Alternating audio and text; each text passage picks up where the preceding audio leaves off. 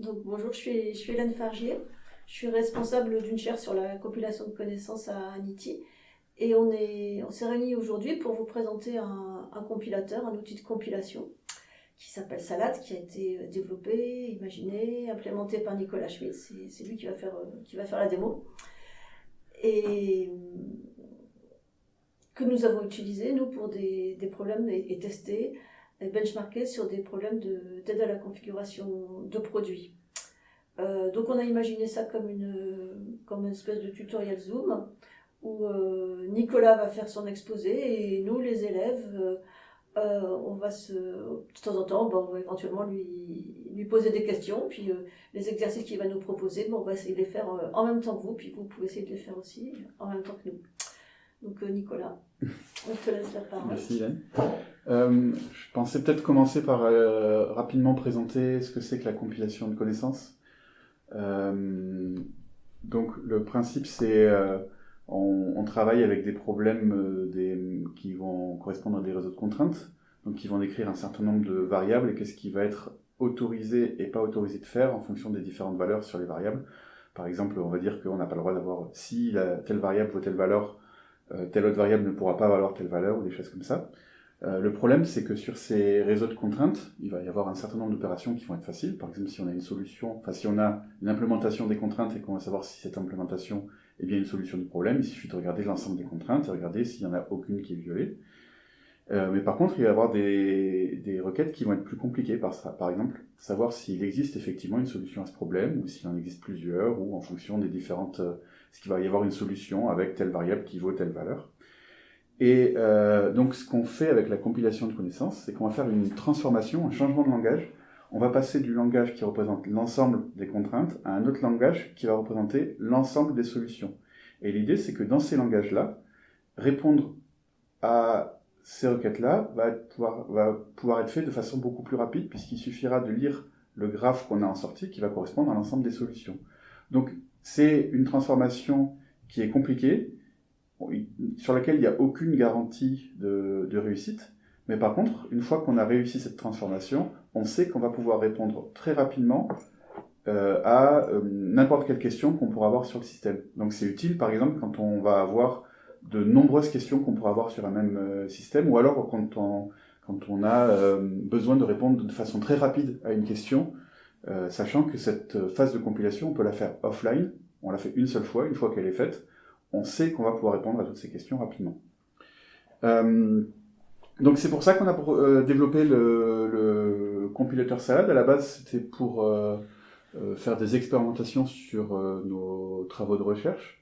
Donc ça n'avait pas forcément vocation à être un logiciel à part entière, mais plus pour pouvoir tester et prouver nos méthodes et nos théories. Il existe je vais vous présenter du coup comment fonctionne le compilateur Salad. Juste avant, rapidement, il existe deux versions du compilateur Salad. Une première version qui correspond aux travaux de thèse et une deuxième version qui correspond aux travaux de post-doctorat. Donc si vous voyez cette vidéo, a priori, c'est que vous êtes sur la dernière version, la version 2022. Mais vous devez avoir sur le site un lien vers la version 2015, si ça vous intéresse. La version 2015 était donc pendant la thèse, plus focus sur la compilation de CSP évalués, c'est-à-dire que en plus des contraintes qui vont dire si il y a une solution, enfin si le produit est réalisable ou pas sur différentes variables, il va y avoir des contraintes valuées qui vont dire que par exemple si on a la variable 1 et la variable 2 qui valent toutes les deux ça, et bien on va avoir telle valuation associée. Donc ça c'est les travaux de thèse, c'était là-dessus, et sur les différents langages de compilation, on en a testé plusieurs. Et la version 2015 permet de passer d'un langage compilé à un autre langage compilé. Il y en a donc le langage ADD, le langage SLDD+, SLDD multiplié et AADD. Et la version 2022, donc c'est celle que je vais vous présenter, donc notre objectif c'était de pouvoir réduire la taille. Donc quand on compile, on va avoir une taille de la représentation qui va être beaucoup plus volumineuse en général que la taille qu'on avait à la base, donc de l'ensemble des contraintes. Et nos travaux sur ce postdoctorat étaient sur la réduction de la taille de la forme compilée. Donc on a complètement abandonné la partie transformation vers le langage ADD à ADD, on est uniquement sur le SLDD. Et je ne peux pas garantir qu'il n'y ait aucun bug sur la partie valuation, elle est encore là, elle marche encore, mais je ne peux pas garantir que toutes les fonctionnalités soient compatibles avec. Donc voilà, les deux versions que vous pouvez avoir. Depuis la version 2022, vous avez un lien vers la version 2015 si ça vous intéresse.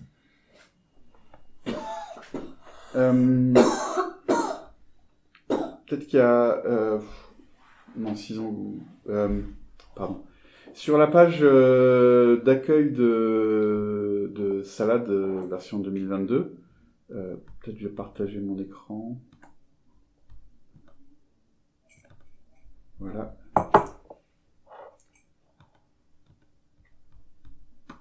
Donc sur cette page ici, vous avez, en plus d'une petite vidéo correspondant aux travaux faits pendant le postdoctorat à la conférence CP, vous avez les différentes versions, oui c'est sa version qui existe de la version 2022.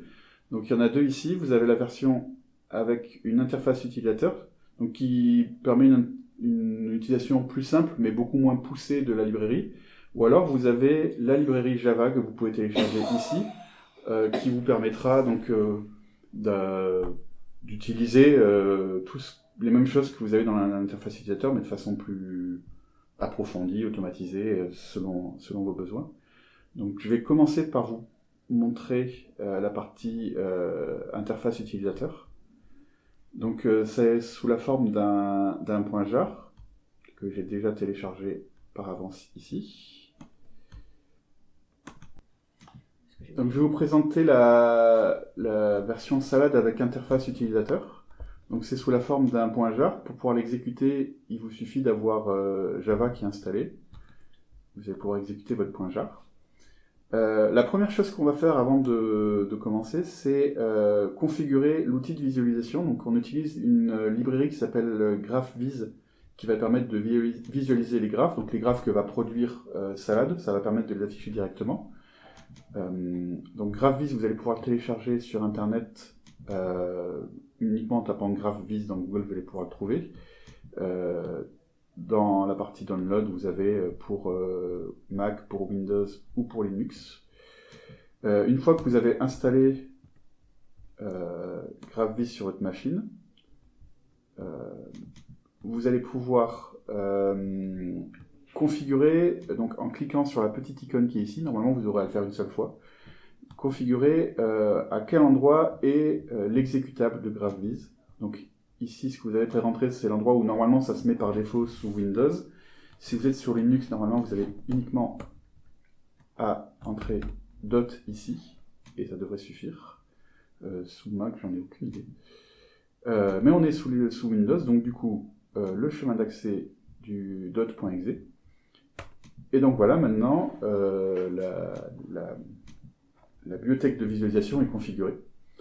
Et on va pouvoir charger un premier bench. Alors je vais commencer avec le plus simple, small.exe, des différents benches qu'on a proposés. Donc vous avez pas mal de benches sur lesquels on a travaillé, que vous pourrez les trouver sur la page de Salad. Vous avez un lien vers les benches, avec notamment celui-ci, et tous ceux qu'on va voir aujourd'hui. Configuration de benchmark, c'est ça? Configuration de benchmark, tout à fait. D'accord, on voit la voiture apparaître. Voilà. Okay. C'est là, ça. je prends small. C'est small.xml, format X. Ok. Sans les pricing. Voilà. Très bien. Ici. Ok, on voit. C'est celui-là. Okay. Voilà. Donc on va ouvrir celui-ci. Le charger. Et ce que vous voyez déjà, c'est que vous avez un certain nombre d'infos qui vont s'afficher dans le bandeau ici au milieu. Donc vous allez avoir le nombre de variables, le nombre de contraintes et la taille du graphe. Donc pour l'instant, on n'a pas encore commencé. Notre graphe, il a une taille de 0. On a 139 variables dans le fichier et 0 de ces variables sont dans le graphe. La première étape, c'est l'étape de pré-traitement. Alors j'y reviendrai un peu plus sur les différentes choses qu'il peut y avoir dedans. Pour l'instant, on va tout désactiver. Les différentes heuristiques, on va dire qu'il n'y en a pas du tout. Et on va lancer le pré-traitement. Donc là, il y a eu quelques changements. Maintenant, les variables sont dans le graphe. On a 139 variables dans le graphe. On voit l'ensemble des contraintes qu'on on a, et l'ensemble des contraintes qui ne sont pas encore compilées, et on a un graphe qui fait 140. Alors pourquoi ça? On peut l'afficher, le graphe. Donc là, vous avez le graphe. En fait, pour la compilation, ce qu'on fait, c'est qu'on va partir d'un graphe vide dans lequel, en fait, tout est solution. Et on va ajouter les contraintes les unes après les autres. Donc en fait, ici, vous avez votre graphe. Comment ça se lit, ce graphe? Tout chemin qui part de la racine jusqu'au nœud terminal correspond à une solution. Comme tout est solution, vous pourrez prendre pour la variable V0 n'importe quelle option ici, ainsi de suite, jusqu'à arriver à true, qui veut dire que c'est bien une solution. Donc là, c'est le diagramme, on va appeler blanc, c'est celui dont on part. Et ce qu'on va pouvoir faire après, c'est ajouter les contraintes les unes après les autres. Alors, ici, dans l'outil de visualisation, vous allez avoir, donc là, on a affiché le graphe principal, le main, mais en fait, on peut regarder chacune des contraintes. Là, par exemple, si je clique sur contrainte, vous avez un ensemble de contraintes ici qui sont affichées, et si on clique sur une contrainte, vous allez pouvoir afficher la contrainte. Donc c'est à ça que ressemble la contrainte seule ici. Et ce qu'on va faire, c'est que petit à petit, on va prendre chacune de ces contraintes et les ajouter à notre graphe jusqu'à former un graphe qui va représenter l'ensemble de ces contraintes. Donc on a deux options possibles. Soit on clique sur Compile et ça va toutes les compiler d'un coup. Soit dans l'option Compile one by one, on va avoir quelques options, comme par exemple choisir la contrainte qu'on avait. Là, c'était la 317. Je la choisis, je fais Compile one. Donc là, je n'ai compilé que celle-ci. J'ai 145 contraintes non compilées sur 146. Vous voyez qu'il y en a une ici qui s'est compilée. Et là, on peut à nouveau afficher le graphe principal. Donc il va mettre un peu plus de temps à s'afficher que tout à l'heure parce qu'il est plus volumineux. Je vais t'appuyer sur Print Graph. Print Graph du main ici. Là, vous choisissez ici quel est le graphe que vous voulez imprimer. Main, pour l'instant, c'est le main qui nous intéresse. Print Graph du main. Print Graph.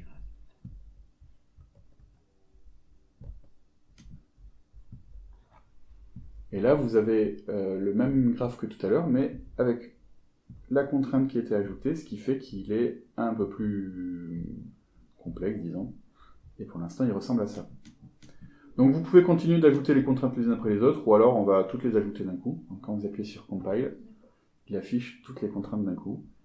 Et ça vous dit que, voilà, maintenant vous avez un graphe qui va faire 4800 nœuds avec 12 000 arcs entre les nœuds. Et un total de 172 000 modèles, c'est-à-dire 172 000 solutions différentes dans ce graphe. Alors je ne vais pas faire print graph, parce qu'il risque de mouliner un petit moment avant d'afficher celui-ci. Mais là, vous avez fait votre première compilation. On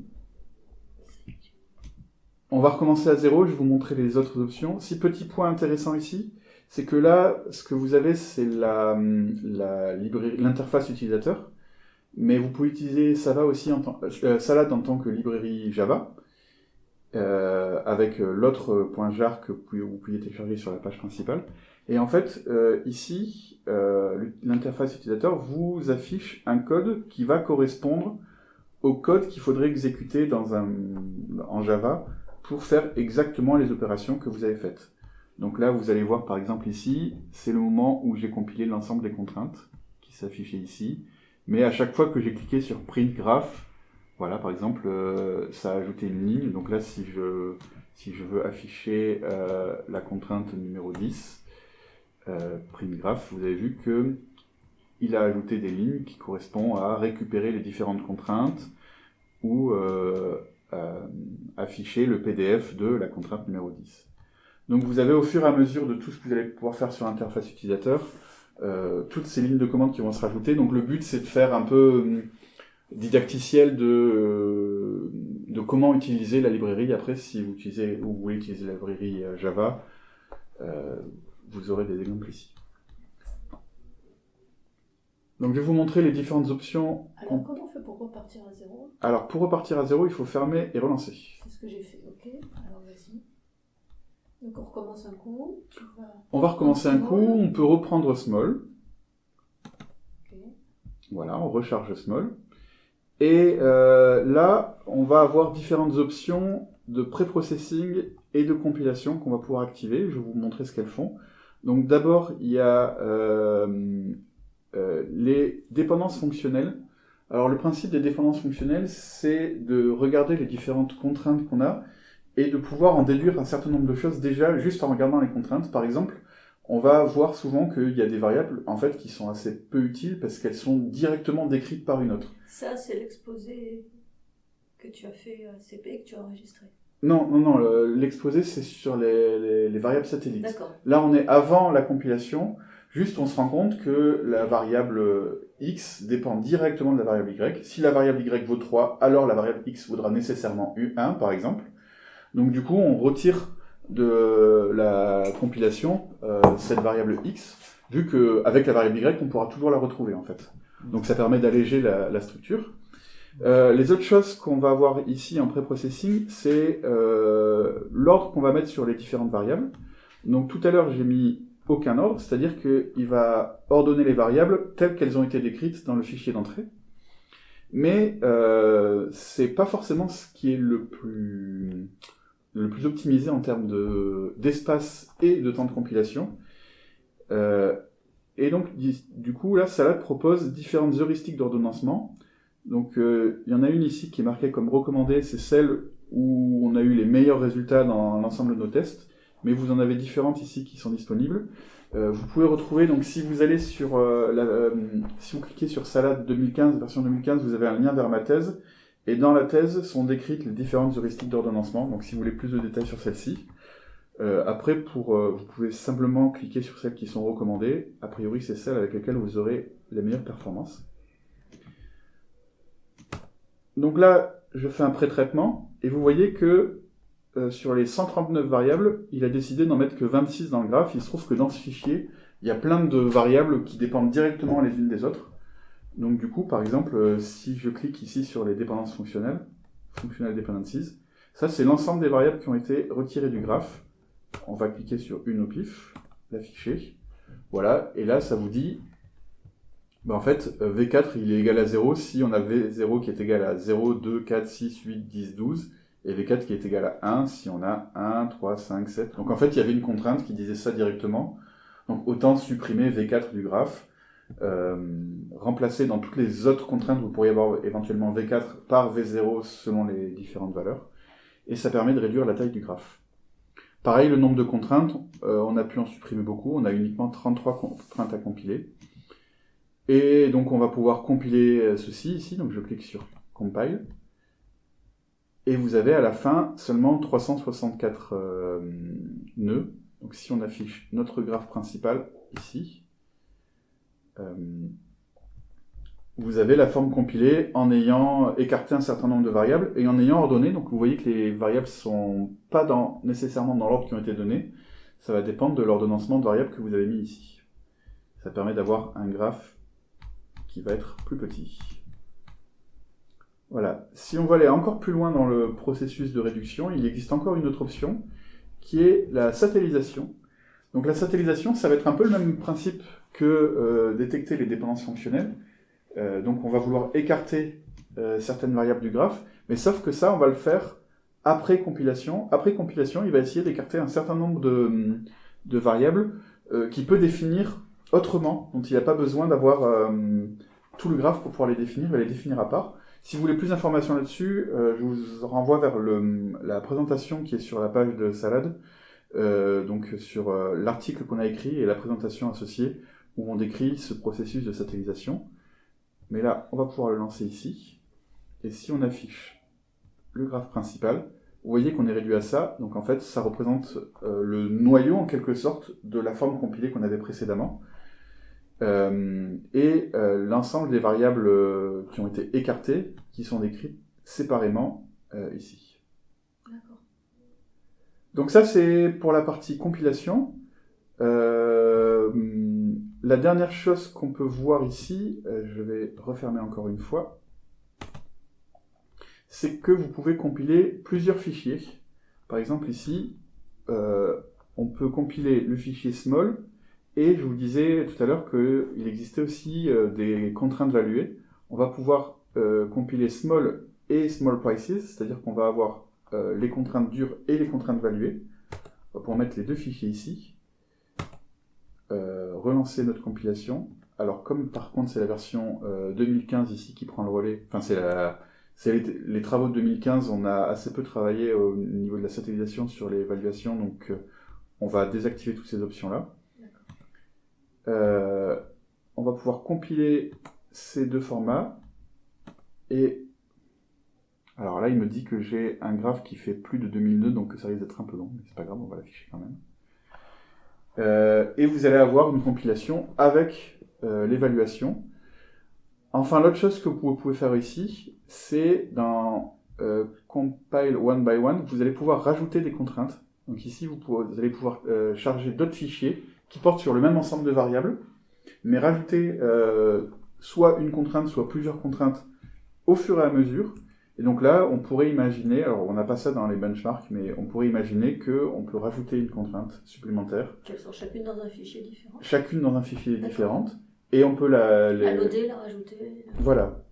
On peut faire ça alors qu'il y a déjà une partie qui a été compilée, on rajoute une nouvelle contrainte, on va compiler la nouvelle contrainte en plus, et ainsi de suite.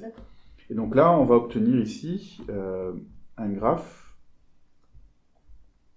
Je ne peux pas accéder au bac. Voilà. Un graphe ici qui est un graphe valué. Donc vous voyez ici qu'il y a des valuations sur les arcs qui ont été rajoutées. Et en fait, donc... Tu peux zoomer un peu. Ouais, je suis en train. C'est juste que comme on a beaucoup de nœuds, c'est très lent. Donc vous avez par exemple, ici, ça veut dire que votre solution va valoir au moins 5897. Et suivant le chemin que vous allez prendre, par exemple si je prends ce chemin ici, vous allez avoir une valuation de au moins 3070 de plus, et ainsi de suite. Et en fait, en faisant la somme de toutes les valuations que vous allez avoir au cours du graphe, vous allez avoir votre solution avec la valuation qui est associée. Ensuite, donc, ce qu'on a fait en plus du compilateur, c'est un solver. Donc le principe, c'est que maintenant qu'on a compilé notre langage, le but à la base, c'était de pouvoir répondre à un certain nombre de requêtes de façon rapide. Et donc c'est la partie solver qui va prendre le relais. Vous cliquez ici sur l'onglet Solver après avoir compilé. Et ce que vous avez ici, c'est la liste de l'ensemble des variables. Alors l'ensemble des variables qui sont free, donc qui n'ont pas encore été affectées. Et vous allez pouvoir cliquer sur une variable, par exemple la variable V6, et choisir, je lui dis, je veux que V6 soit égal à 1. Vous faites pic. Et je veux que V0 soit égal à 11. Voilà, je fais pic également. Et là, vous allez pouvoir afficher, si vous faites print graph, vous allez afficher le graphe correspondant. Donc ici, vous n'avez que la variable V0 qui est égale à 11, et je ne sais plus laquelle j'ai choisi. Donc vous allez avoir le sous-graphe correspondant à la configuration que vous avez faite. Vous pouvez revenir en arrière, faire un reset de la configuration, et ainsi de suite. Vous avez quelques options aussi qui permettent, par exemple, d'afficher, par exemple pour la variable V0, la valuation minimale et maximale. Donc ici, ça veut dire que pour votre variable V0, si vous prenez l'option 15, vous allez avoir une configuration qui va coûter entre 5897 et 6266. Oui, ça, c'est parce que le CSP qu'on a compilé, il représente un ensemble de voitures qu'on veut. Oui. Ouais. D'accord, qu'on veut configurer. Et donc là, tu es en train de configurer la voiture. Là, on est parti dans la partie solver, c'est-à-dire qu'on va pouvoir faire on va pouvoir faire des requêtes, donc dire qu'on veut que telle variable soit égale à ça, et on va pouvoir lancer des configurations. Oui, tout à fait. Donc choisir une valeur pour chaque variable. Voilà, c'est ça. C'est une version qui marchera... alors attendez, je relance. On va refaire la compilation avec satellite. Donc là, je dis satellite on the fly. Donc ça veut dire qu'il va calculer les satellites au fur et à mesure de la compilation pour être plus rapide. Donc là, si j'affiche le graphe ici, vous voyez que vous avez un graphe qui est tout petit qui correspond aux variables principales, mais ça ne veut pas dire que les autres variables sont écartées. Si on passe dans la partie configuration, vous allez toujours pouvoir configurer l'ensemble des variables, même si certaines ne sont pas, directement dans le graphe principal. Donc voilà, plusieurs options qui permettent d'avoir... Alors là, il n'y a pas de valuation, donc l'option ne sert à rien, mais qui vous permet de choisir les différentes valeurs, de regarder quelles sont les variables que vous avez déjà choisies, quelles sont les variables qui n'ont pas encore été choisies, qui sont encore libres. Vous pouvez aussi, plutôt que de choisir une valeur, dire que je veux que V20 soit égal à tout sauf cette valeur. Là, par exemple, ici, V20, vous voyez qu'il peut valoir -1, 0 ou 1. C'est la variable qui est ici. Attendez, je vais faire un reset, comme ça on aura un graphe plus gros. Voilà, V20 ici peut valoir -1, 0 ou 1. On peut lui dire qu'on interdit la valeur 0, on n'en veut pas. Voilà. Si on affiche le graphe, on va avoir le même avec tous les arcs qui correspondant à V20 est égal à 0 qui ont été supprimés. Donc voilà le fonctionnement de la partie et compilateur et derrière de la partie solver. Bien sûr, toujours via l'interface. Au fur et à mesure, à chaque fois que, par exemple, si je choisis V0, voilà, vous voyez qu'ici on est affiché dans le code la commande qui permet d'avoir le domaine courant de la variable V0.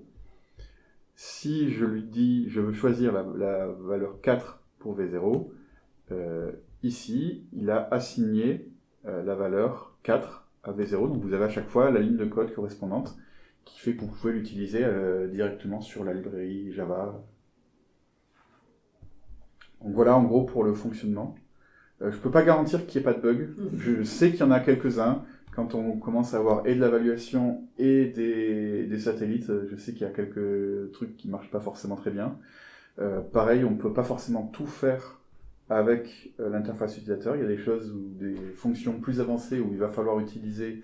Mais l'avantage, c'est que là, on voit dans le code quels sont les appels à la librairie qu'on doit faire. C'est ça. Et on peut construire notre propre code Java avec les bons appels, par l'exemple. Voilà, exactement. Et voilà pour la présentation. Je ne sais pas s'il y a plus de choses à présenter ou si vous avez des questions dessus. Des questions ? Alors oui, j'avais vu qu'il y avait la fonctionnalité Save Graph. Donc, est-ce que tu peux nous en parler un peu plus ? Ouais. Alors, Save Graph, quand on appuie dessus, normalement, il y a les graphes qui se sont enregistrés. Dans votre le dossier où vous êtes, il y a dans le dossier dans lequel vous avez votre librairie.jar, vous devez avoir un sous-dossier qui s'appelle Graph, et c'est dedans que vont se sauvegarder tous les différents graphes que vous allez avoir affichés. Donc, quand vous affichez des graphes ici, ils sont sauvegardés dans un premier temps au format .dot. Donc le format .dot, c'est celui qu'on va afficher avec GraphViz, qui permet d'écrire des diagrammes. Et ensuite, ils vont être transformés par la librairie GraphViz en fichiers, alors soit PDF, soit PNG, soit même JPEG. Là ici, ça a été transformé en PNG pour l'affichage, mais les autres affichages sont possibles. Et donc du coup, vous allez avoir un PNG correspondant à chacun des graphes que vous avez pu afficher. Donc ils sont tous sauvegardés ici. Voilà, il y en a encore un autre ici, là le small de tout à l'heure, qui est enregistré. Et quand j'ai cliqué sur sauver le graphe, il a enregistré au format .graph, qui est un format qui a été créé par moi-même, qu'il va falloir ouvrir avec un bloc-notes. C'est un fichier texte. C'est un fichier texte, tout à fait. Très bien. Je ne trouve pas le ouvrir avec. C'était tout en haut.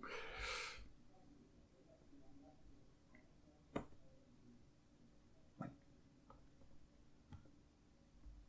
Voilà. Donc en fait, ça reprend les formats de description des CNF. C'est une description qui se veut le plus compacte possible, dans lequel vous allez avoir dans un premier temps l'ensemble des variables de votre système. Ici, vous avez la variable V0, V7, V20, V12, V22. avec son domaine, donc l'ensemble des valeurs possibles pour chacune de ces variables. Et ensuite, vous avez votre graphe qui est décrit comme ceci. Tout d'abord, un identifiant de nœud. Alors, ces deux nœuds-là sont imposés. 0 qui correspond à bottom, donc faux, et 1, le nœud top. Ensuite, ça c'est votre premier nœud. Alors votre premier nœud à l'identifiant, ici il se trouve que c'est 1789, donc c'est n'importe quel identifiant sauf 0 et 1 qui sont déjà pris. Et ça peut être n'importe quel autre identifiant. Et après, chacun des nœuds qui vont être décrits, par exemple le nœud 1789, donc c'est juste le hasard qui fait qu'il s'appelait comme ça en interne. Le nœud 1789 est labellé par la variable V0. L'arc le premier arc, donc correspondant à la valeur 0 ici, pointe vers le nœud 0, donc bottom. Celui-là aussi, et celui-là par exemple va pointer sur le nœud 1790, qui est décrit ici, qui lui représente la variable V7, avec un arc qui pointe vers 1791 et un autre vers 1794, et ainsi de suite. On peut mettre le graphe en même temps, donc le graphe ça doit être logiquement celui-ci. Non, c'est pas celui-ci. Je ne sais pas lequel a été sauvegardé. J'ai peut-être pas ouvert le bon. Il y en a plusieurs. Celui qui... Ça devait être celui-ci, là.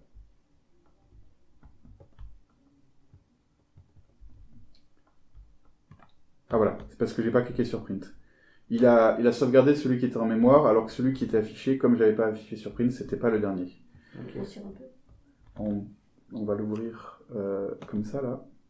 Voilà. Donc c'est ce graphe-là qui est décrit. D'accord. Par ce fichier. Par ce fichier. Donc c'est à la fois ça décrit le graphe, et puis quelque part c'est la forme compilée en elle-même. C'est la forme compilée en elle-même, tout à fait. Et qu'on peut même recharger. Vous pouvez recharger le point graphe directement depuis l'interface, ce qui permet de faire des traitements directement sans avoir à refaire la compilation. Donc voilà, vous avez les différentes variables ici. Ce que je disais, c'est que pour le nœud V0 ici, qui a l'identifiant 1789, vous avez que V0 égale 4. Tous les autres, vu qu'il n'y a pas d'arc, en fait, ça veut dire qu'il pointe vers bottom, ça ne correspond à aucune solution. Donc celui-ci, il y a un arc correspondant, il pointe vers V7, qui est ce nœud-là, voilà, et ainsi de suite. Et enfin, le dernier nœud, V22 ici, vous avez un des arcs qui pointe, donc V22 égale 0, pointe vers bottom. Vous n'avez pas de V22 égale 0, mais par contre V22 égale moins 1, vous en avez un, vous avez un arc ici, ça pointe vers 1, donc le nœud top. Donc c'est ce que vous avez ici. Voilà, ça c'est la description des graphes. Donc vous pouvez sauvegarder en point dot pour après transformer vers PDF ou image, ou alors en point graphe. Pour sauvegarder en point graphe, il faut faire save graph, qui peut être après réouvert par Salad. Pour les formats d'entrée, t'en connais ? Ouais, alors les formats d'entrée, vous allez en avoir plusieurs. Celui avec lequel on a travaillé initialement, c'est le format XML, qui est le format XCSP2, qui a été développé par Christophe Lecoutre, il me semble. Le principe, c'était de pouvoir décrire l'ensemble des tuples qui sont possibles. Donc, qu'est-ce qu'on va faire ? On va d'abord décrire l'ensemble des variables. Donc, là, par exemple, vous avez toutes les variables du système qui sont décrites ici, sous le format XML. Donc, la variable 40, par exemple, elle a comme domaine dv40. Plus haut ont été décrits l'ensemble des domaines. Donc, par exemple, on va pouvoir trouver dv40 qui est ici. Donc on nous dit que la variable 40, elle a deux valeurs possibles, et que ces valeurs sont 0 et moins 1. Donc on va décrire l'ensemble de nos variables et de nos domaines ici. Et ensuite, dans le bas plus bas dans le fichier, on va décrire l'ensemble des contraintes. Alors, sous forme de table. Sous forme de table, exactement. Donc voilà, ça c'est toutes les contraintes qu'on a dans notre fichier small. Donc vous avez par exemple, on va prendre celle-ci, voilà, la contrainte 239 par exemple, au pif. On dit qu'elle a une arité de 6, donc c'est-à-dire qu'il va y avoir 6 variables qui vont être concernées par cette contrainte. on va donner la référence qui est définie plus haut et le scope, c'est-à-dire ces fameuses 6 variables concernées qui vont être V0, V47, V48, V49, V50 et V51. Et si on cherche, donc là ici c'est la description de la contrainte elle-même, mais on dit qu'elle fait référence à une table qui est définie plus haut dans le fichier. Donc ici vous avez la contrainte, la référence en question. Donc là on ne dit pas sur quelle variable elle porte, puisque c'est la contrainte elle-même qui le dit. En fait on pourrait utiliser une relation plusieurs fois sur un ensemble de contraintes différentes, c'est ce que permet ce fichier. Et donc vous avez son nom ici. Arité de 6, donc ça concerne 6 variables. Il y a 24 tuples différents. Et ils sont décrits ici. Donc c'est-à-dire que la première variable, donc en l'occurrence c'était V0, va pouvoir, si elle vaut 0, que la deuxième vaut 0, que la troisième vaut 1, et ainsi de suite. Ceci est un tuple autorisé. Ceci est un tuple autorisé. Et tous les autres tuples qui ne sont pas listés sont interdits. Alors ça c'est dit par cette ligne. Donc ça c'est une partie qui est super importante ici. Semantics, il en existe 3 types différents. Celle-là, elle est en support. Donc ça veut dire que on décrit l'ensemble des tuples qui sont supportés. C'est-à-dire que tout ce qui n'est pas listé là-dedans est interdit. Et toutes celles qui sont listées sont acceptées. Donc celle-là, dimanche, des tables sous forme support. Alors ça, dimanche des tables sous forme support, conflict et soft. D'accord. Conflit, c'est le contraire. C'est-à-dire que c'est toutes celles qui vont être listées ne sont pas supportées et toutes celles qui ne sont pas listées sont autorisées. D'accord. Donc on peut faire les deux, les deux marchent bien. Et enfin, il existe le semantics soft, c'est pour les contraintes valuées. Je vais ouvrir pour ça salad.price, où dedans il y a des softs. Elles sont toutes soft d'ailleurs. Par exemple celle-ci, donc la même chose, vous retrouvez le nom, arité, le nombre de tuples. Et semantics soft, donc c'est une contrainte soft, ça veut dire qu'il n'y a pas d'interdiction. Qu'un tuple soit dedans ou pas dedans, il n'y a aucune interdiction associée. Dans tous les cas, le tuple est autorisé. Par contre, il va y avoir un coût qui est associé. Et là, ce que ça veut dire ici, c'est qu'on associe le coût de 339 à ce tuple-là, et ainsi de suite. Et on va pouvoir définir nos coûts comme ceci. Donc on peut mettre un coût sur une seule variable. Ici, c'est dit que la variable, alors je ne sais pas quelle est la variable, mais si elle vaut 13, on lui associe tel coût. Et là, par contre, on va associer un coût à un ensemble de variables. On pourrait aussi mettre des coûts, changer le coût au fur et à mesure. Par exemple, si on voulait mettre 340 ici, c'est ce qu'on pourrait faire. Voilà. Donc c'est les 3 types de sémantique. Et enfin, une valeur par défaut, c'est-à-dire que toutes celles qui ne sont pas listées n'ont pas la valeur 339, mais ici, c'est la valeur 0. Donc ça, c'est le format d'entrée par lequel on a commencé, natif. Je sais pas comment dire. Il y en a plusieurs qu'on a développé par la suite, mais pas enregistré. Que vous avez, elles sont un peu plus développées si on revient sur la page de Salad, c'est la précédente, ici. Vous avez les benchmarks et vous avez des exemples de formats, là, ici, où c'est écrit en quelques lignes comment marchent les différents formats. Donc, pareil, il y a une description du format .graph, dont je vous ai parlé avant, qui est ici. Et là, vous allez avoir le format XML qui est décrit, donc où il va y avoir... ce que tu viens de nous dire. Ce que je viens de dire, voilà. C'est, ici, c'est pas forcément des valeurs numériques, c'est des strings que vous avez ici. Donc là, il détecte pas que c'est un 0, il détecte que c'est le caractère 0. Mais vous pouviez mettre patate, carotte et chou, ça marcherait aussi bien. Voilà, par exemple. Ce que j'ai rajouté aussi plus récemment, mais là encore une fois, je peux pas vous garantir à 100% que ça marche dans tous les cas. Ça a l'air dans ce que j'ai fait, mais on n'a pas des benches complexes qui utilisent ça. C'est de faire... alors, ce qu'on avait précédemment, c'était... On pouvait avoir des tuples qui étaient autorisés ou interdits. Mais là, c'est de permettre d'avoir des fonctions logiques. Donc là, en fait, c'est le format XML, le format XCSP de Christophe Lecoutre. Il est beaucoup plus complet que ce qu'on avait à la base. Et le but, c'était de rajouter quelques fonctionnalités. Donc, il n'y a pas toutes les fonctionnalités du langage XML. XCSP, pardon. Mhm. Mais c'était le but était d'en rajouter suffisamment pour pouvoir fonctionner avec Donc ça, c'est des... possible. Pour celle que Voilà. tu indiques ici, d'accord. Ces deux formats-là ont été implémentés, donc qui consistent à... donc ça va avoir cette forme-là. Ça consiste à rajouter donc, ce qu'ils appellent les prédicats. Vous allez pouvoir décrire les prédicats ici. Donc là, par exemple, ça porte sur 3 variables. Une variable entière x0, une variable entière x1 et une variable booléenne x2. Et de pouvoir écrire une fonction qui va correspondre à... Donc là, en gros, on fait l'addition entre x0 et x1. Et puis, on fait un if. Donc, vous avez l'ensemble des formules possibles qui sont accessibles sur le site de Christophe Lecoutre qui décrit sur la description de son format. Un if, ça veut dire donc si x2, c'est votre variable booléenne ici, si x2, alors vous avez la somme de ça, sinon vous avez x1. Et enfin, on regarde si ceci est équivalent à 1. Bon voilà, c'est une fonction pour vous montrer... Ok. Donc on pourra le regarder, on peut faire des le fonctions... format X. Oui. Voilà. Et ça, Salade, il va manger ça. Ça, Salade va manger ça, tout à fait. Super. Donc c'est décrit soit sous cette forme-là, soit sous la forme postfixe, dans lequel, bon pareil, la forme postfixe est décrite dans le format XCSP, où on va faire,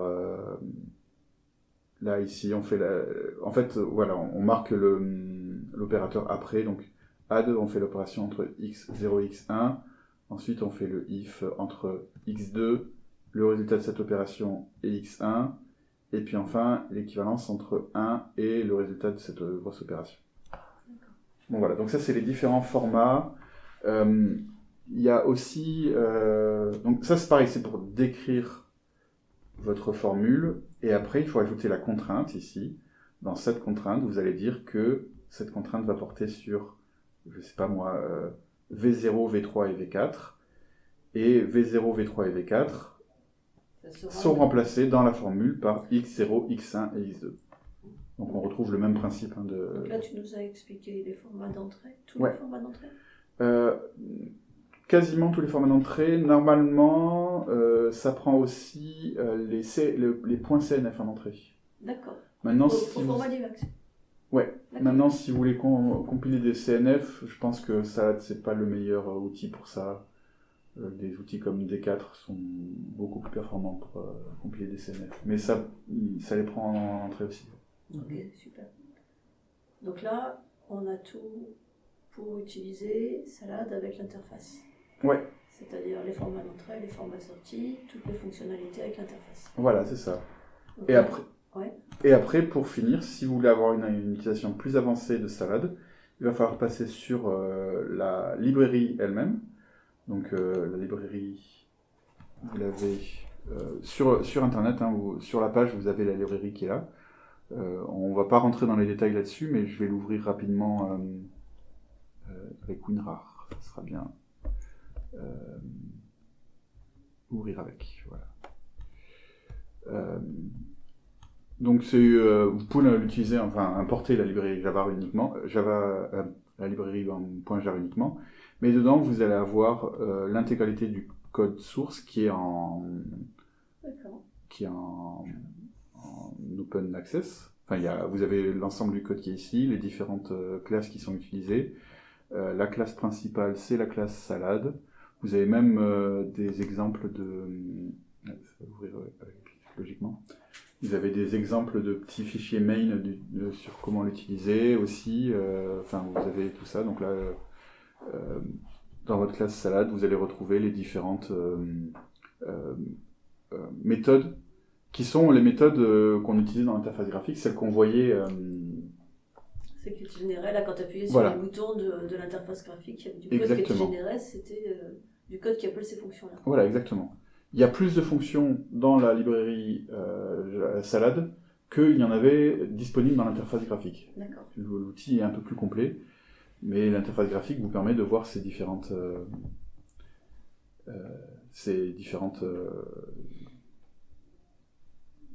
fonctions, voilà, méthodes. Donc voilà, à partir de là, vous pouvez importer cette librairie dans un de vos projets Java et copier directement ce code ici. Et faire nos propres mails.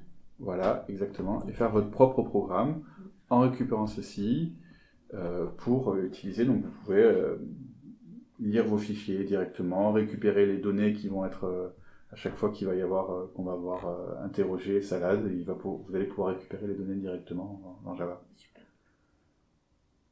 Voilà, j'espère que j'ai fait une présentation qui était assez complète et que ça vous aidera Ah, merci beaucoup.